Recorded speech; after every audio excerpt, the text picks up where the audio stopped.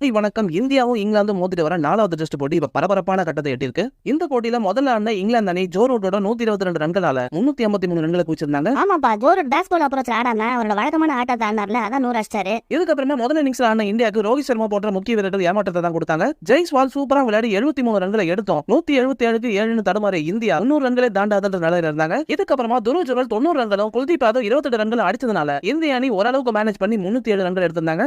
பாவப்பா, Dhruv Jurel century miss ஆயிடுச்சு. இதுக்கப்புறமா 46 ரன்கள் முன்னிலையோட கிளம்புறாங்கன்னா இங்கிலாந்து அணியை ரவிச்சந்திரன் அஸ்வினோட மாயாஜால ஸ்பின்னால 5 விக்கெட்களை வீழ்த்திருந்தாரு. ஆஷனாக்கு இன்னொரு 5 ஆரா?